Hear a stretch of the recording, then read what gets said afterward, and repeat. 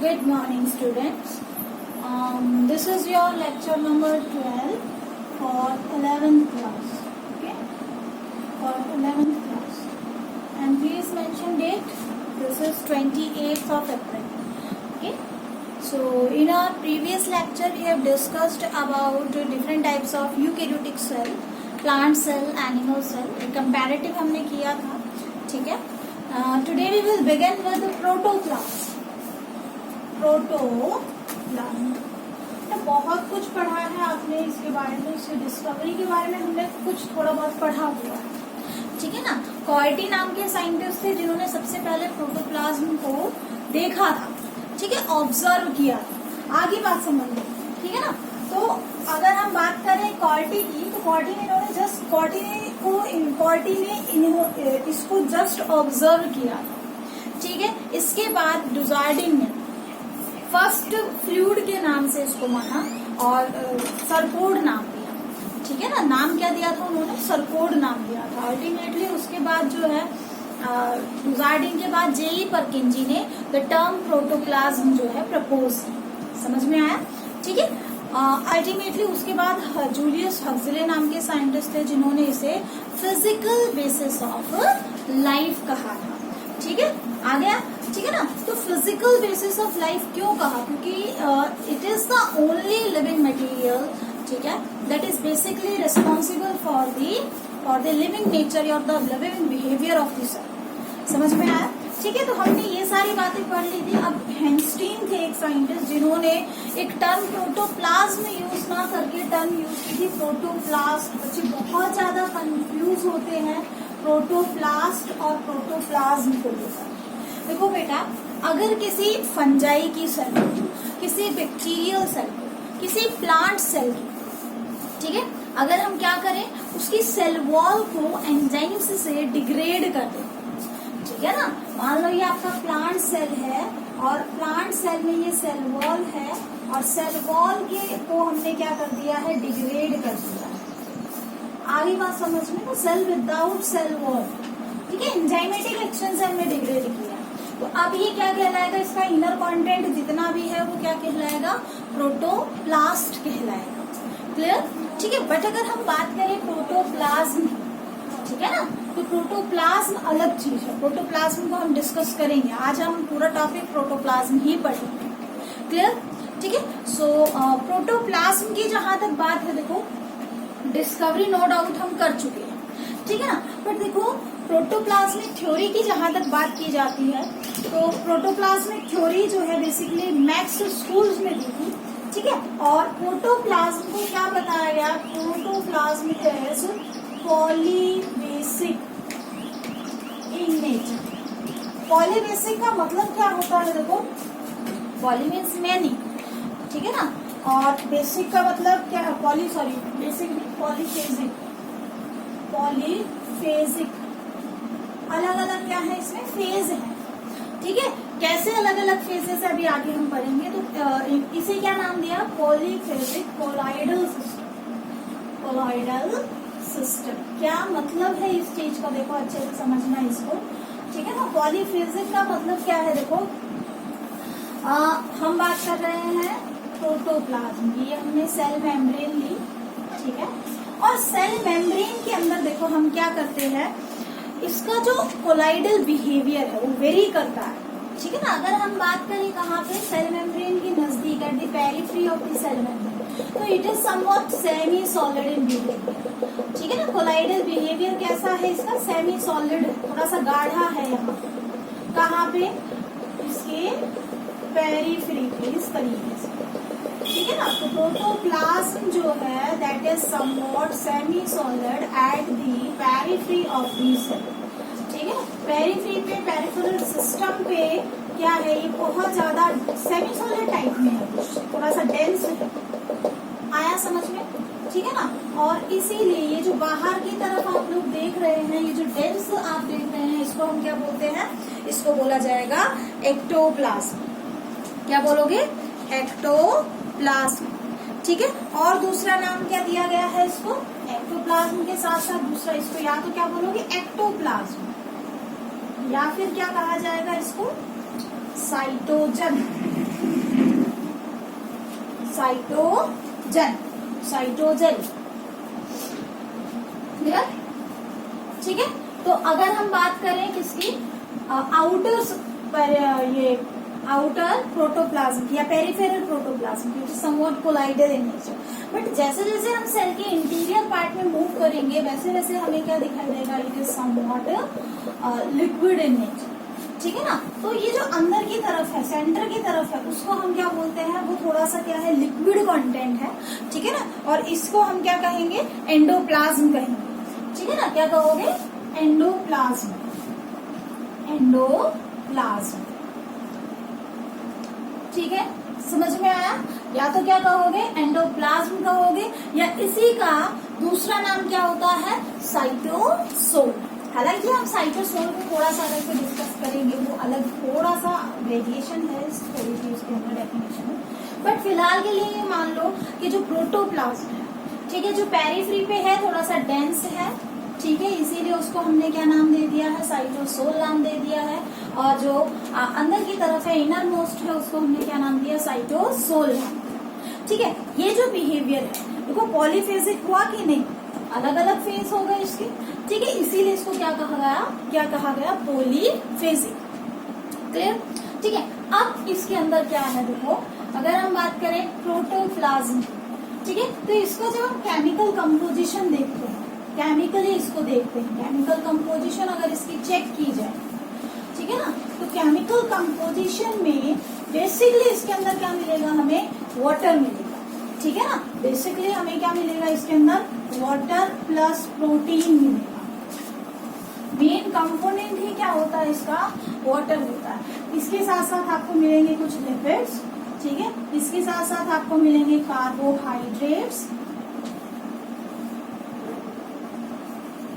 ठीक है, और कुछ इनऑर्गेनिक आयंस, इनऑर्गेनिक सब्सटेंसेस, ठीक है ना। तो नियर अबाउट 1 to 3% आपको लिपिड मिलते हैं, कार्बोहाइड्रेट 1% हो गया आपका इनऑर्गेनिक सब्सटेंसेस हो गए, ठीक है। तो अगर हम बात करें बेसिकली इसके कंपोजिशन की, तो कंपोजिशन में देखो वाटर और प्रोटीन जो है इसका मेन कंपोनेंट बना रहे हैं, ठीक है ना। नियर अबाउट यू मान के चलो आपका 75 to 85%, 75 to 85% इसका क्या रहेगा, वाटर, और नियर अबाउट 10 to 20% क्या रहेगा, प्रोटीन। तो अगर देखा जाए ओवरऑल कंपोजिशन देखी जाए तो बेसिकली क्या है इसमें, वाटर और प्रोटीन, ठीक है ना, जो एक कोलाइडल सॉल्यूशन बनाते हैं। कोलाइडल सॉल्यूशन आपने केमिस्ट्री में पढ़ा है, 3 टाइप की चीजें पढ़ी है ना, ट्रू सॉल्यूशन, सस्पेंशन और कोलाइडल सॉल्यूशन पढ़ा होगा, ठीक है। तो कोलाइडल वो है जो मतलब कि सॉल्यूशन और सस्पेंशन के बीच की टर्म जो है, ठीक है ना, यानी कुछ चीजें यहाँ पे घुली हुई है, कुछ चीजें घुली हुई नहीं है, तो उसको हमने क्या नाम दिया, कोलाइडल सॉल्यूशन दिया। तो याद रखना जो प्रोटोप्लाज्म है इसको हम क्या बोलते हैं, पॉलीफेजिक कोलाइडल सिस्टम बोलते हैं, पॉलीफेजिक कोलाइडल सिस्टम। और कंपोजिशन की बात करें तो वाटर और प्रोटीन का ही बेसिकली क्या है, ये कोलाइडल सिस्टम, ठीक है। अब ये होता क्या है एक्चुअल में, ये है क्या, it is just like a workshop, workshop of cell, ठीक है ना। वर्कशॉप का मतलब क्या होता है, ऐसी जगह जहाँ पे काम चलता है, जहाँ पे बेसिकली जो है every function is going on, ठीक है ना। जैसे जितने भी लाइफ एक्टिविटीज हैं सेल की, वो किसके अंदर हो रही हैं, इस प्रोटोप्लाज्म के अंदर हो रही हैं। और प्रोटोप्लाज्म को हमने क्या डिफाइन किया था, साइटोप्लाज्म प्लस न्यूक्लियोप्लाज्म, करेंगे हम आगे डिस्कस करेंगे अभी, ठीक है ना।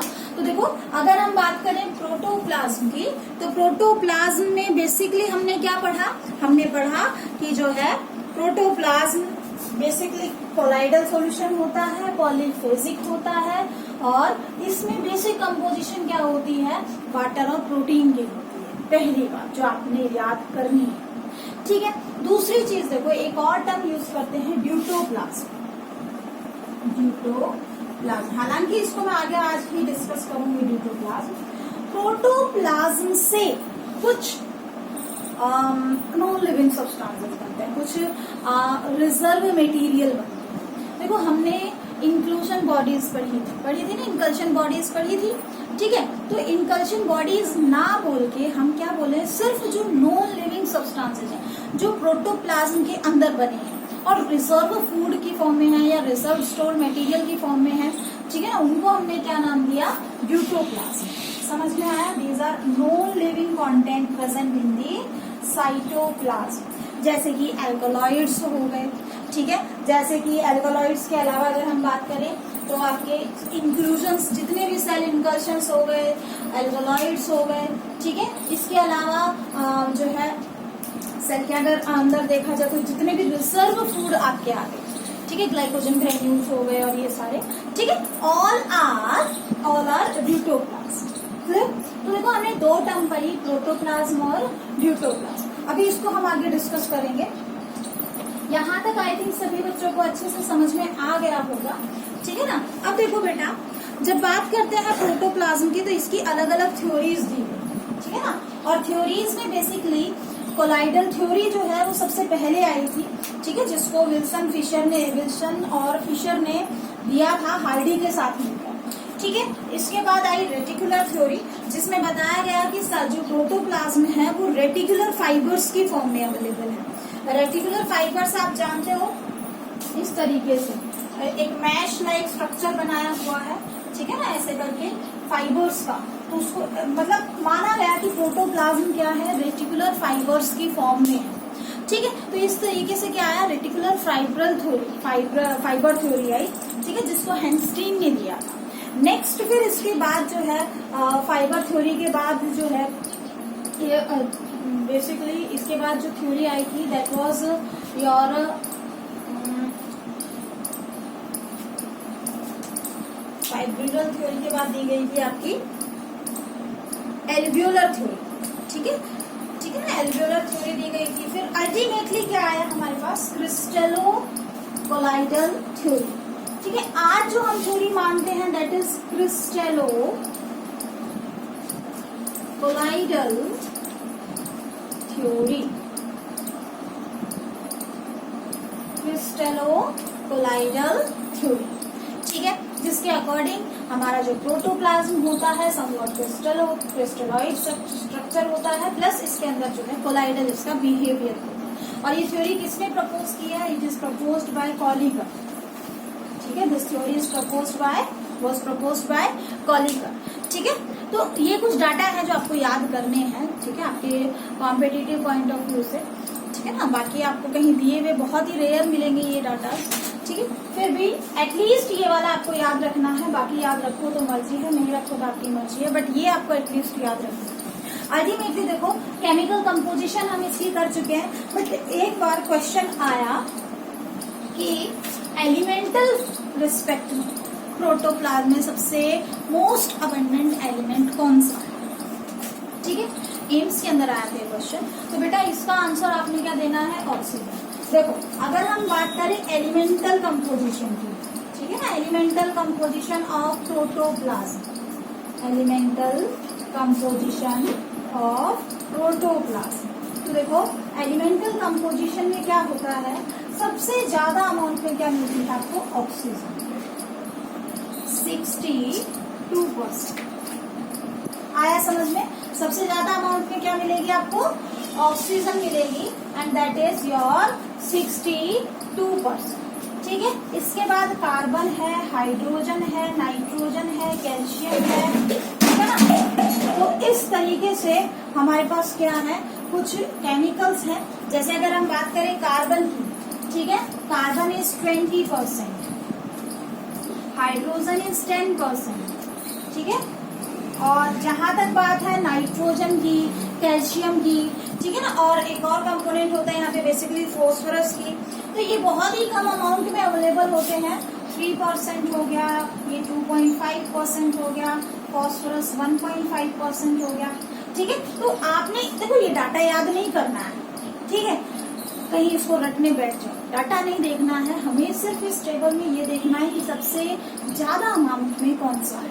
तो एलिमेंटल लेवल पे आपसे अभी पूछा जाए, ठीक है ना, तो एलिमेंटल लेवल में क्या आएगा आंसर, ऑक्सीजन, क्लियर, ठीक है। तो इस टाइप के क्वेश्चंस कई बार आ जाते हैं। एनसीईआरटी में बायोमॉलिक्यूल्स वाले चैप्टर में सेल की कंपोजिशन दी है, उसको लेके कंफ्यूज मत होना। हालांकि एलिमेंटल भी दी है, ठीक है ना, एलिमेंटल कंपोजिशन दी है, क्वेश्चन वहां से आया था, बट हमने यहाँ इसलिए बता दी क्योंकि हम प्रोटोप्लाज्म पढ़ रहे हैं, तो ऑब्वियसली हमें यहाँ ये करना चाहिए।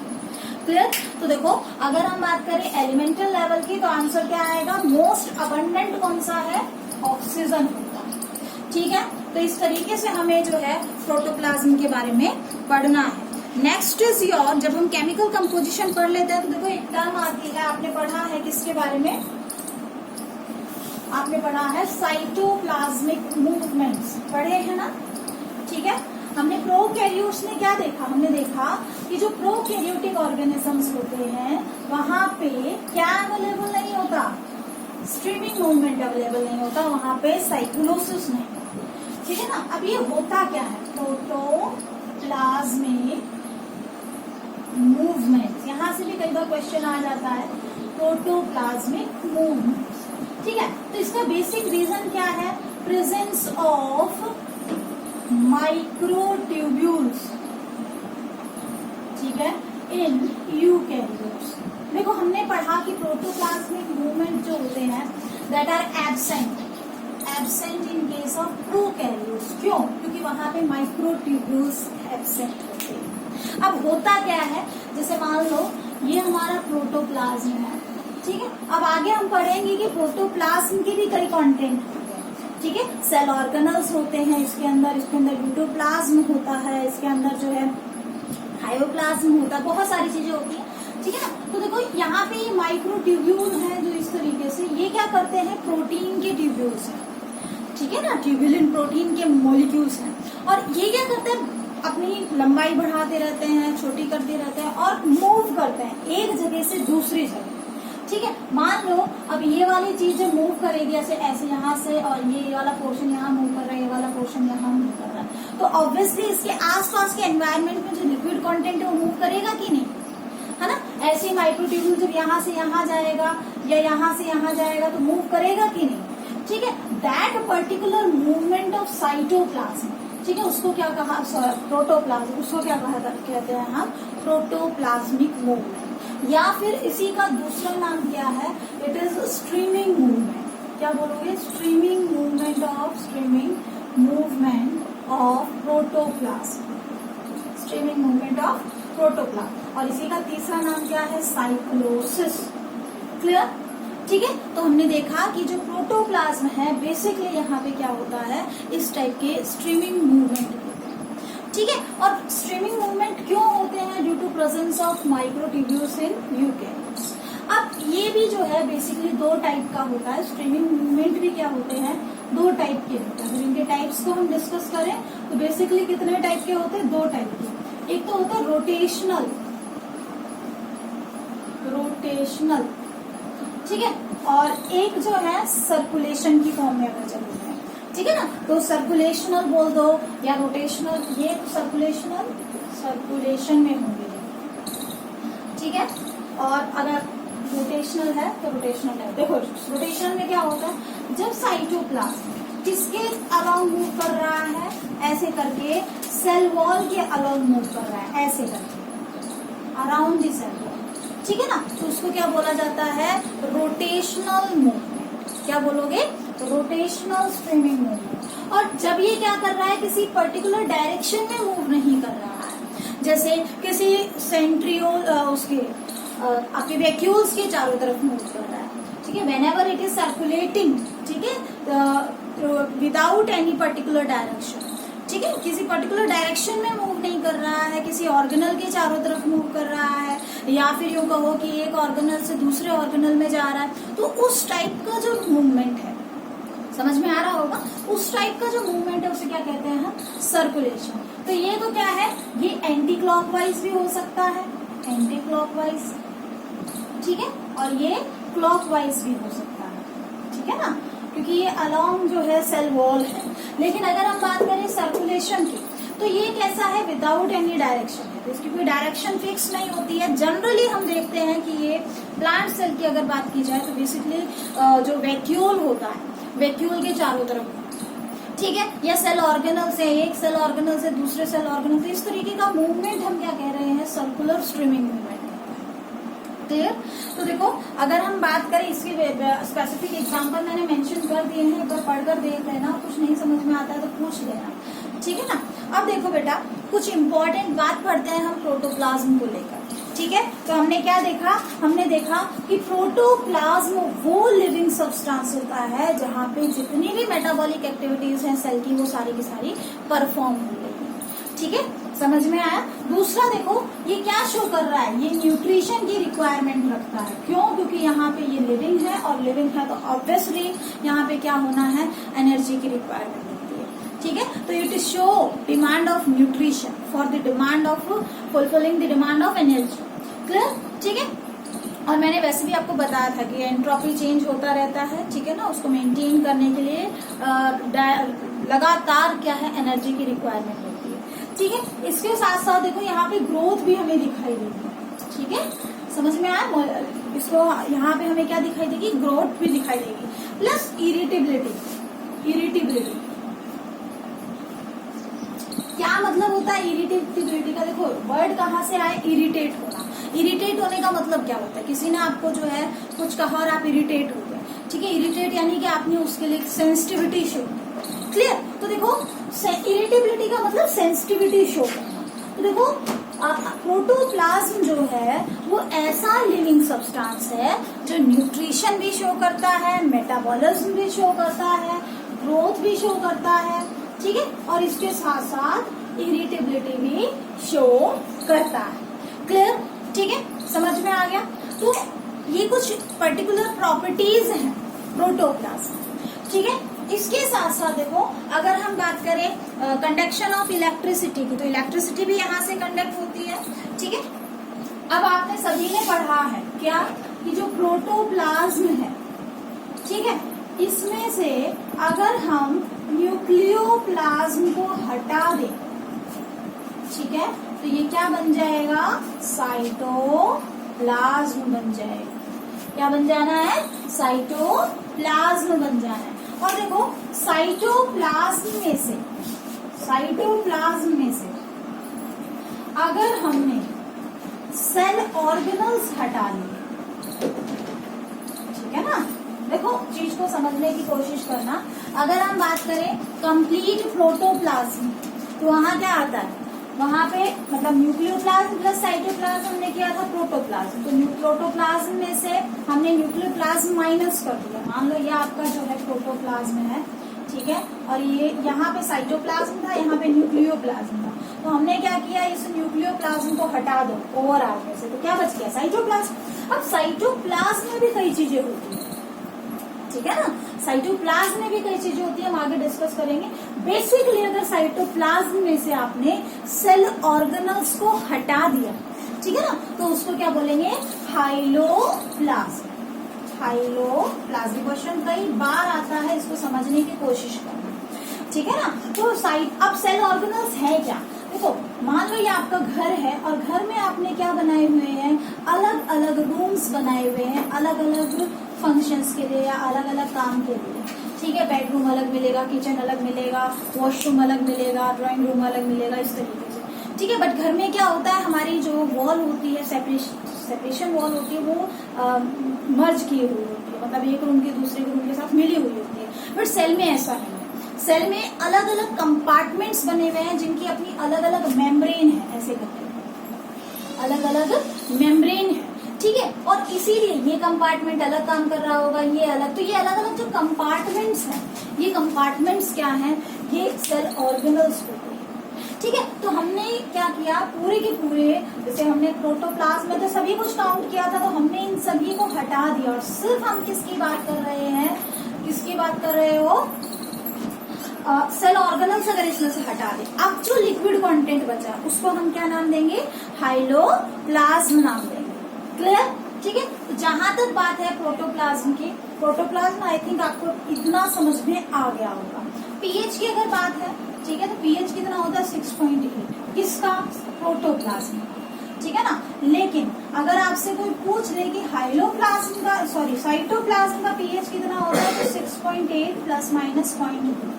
ऐसा इसलिए क्योंकि देखो न्यूक्लियस के अंदर जेनेटिक मटेरियल होता है, ठीक है ना। और जेनेटिक मटेरियल समवट एसिडिक होता है, तो बिहेवियर थोड़ा सा एसिडिक है। बट अगर यहाँ बात करें माइनस भी नहीं प्लस ही आता है, ठीक है, जनरली 6.8 प्लस 0.2, लेकिन हम इसको शो नहीं कर सकते, मतलब कि प्लस में इसलिए इसके साथ जोड़ के इसलिए नहीं दिखाते क्योंकि ये फिक्स नहीं है, ठीक है।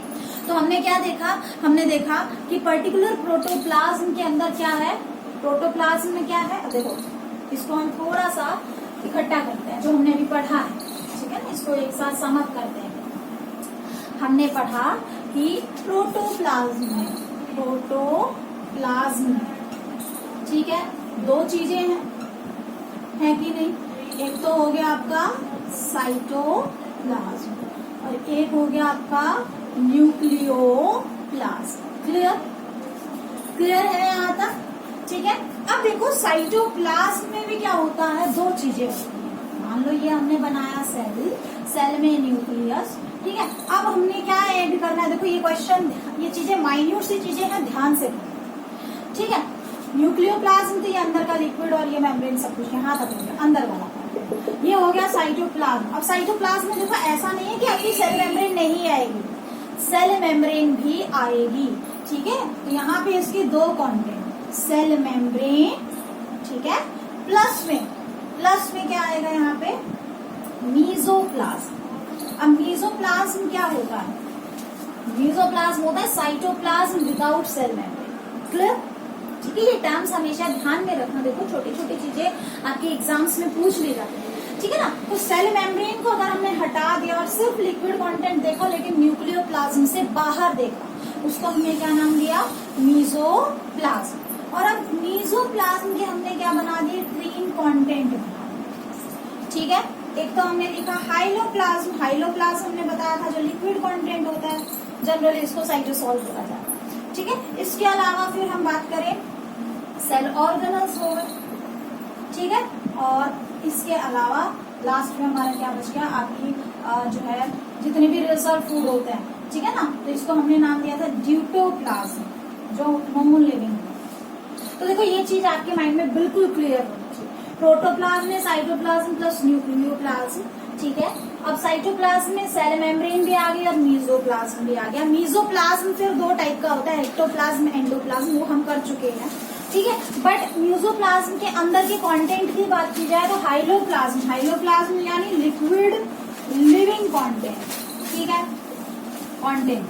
सेल ऑर्गेनल्स की बात की जाए तो अलग अलग जो कंपार्टमेंट्स हैं अलोंग विद देयर मेम्ब्रेन, वो क्या कहलाएंगे, सेल ऑर्गेनल्स। और ड्यूटोप्लाज्म क्या होता है, ओनली नॉन लिविंग सब्सटेंसेस, ठीक है ना, जो नॉन लिविंग सब्सटेंसेस हैं, नॉन लिविंग, हो सकता है वो मेम्ब्रेन के अंदर हो सकता है वो मेम्ब्रेन के बाहर भी हो, तो जो नॉन लिविंग कंटेंट है उसको ड्यूटोप्लाज्म कहा गया। वैसे सेल इनकल्शन बॉडीज भी बोल देते हैं, रिजर्व फूड मटेरियल्स भी बोल देते हैं।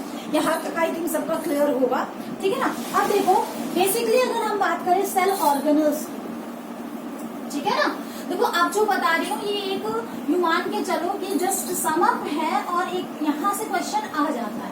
हालांकि हम जब सेपरेट सेल ऑर्गेनल पढ़ेंगे तो हर चीज को दोबारा से पढ़ेंगे, बट फिर भी एक जगह पे ये चीजें लिखी हो तो ज्यादा बेटर है।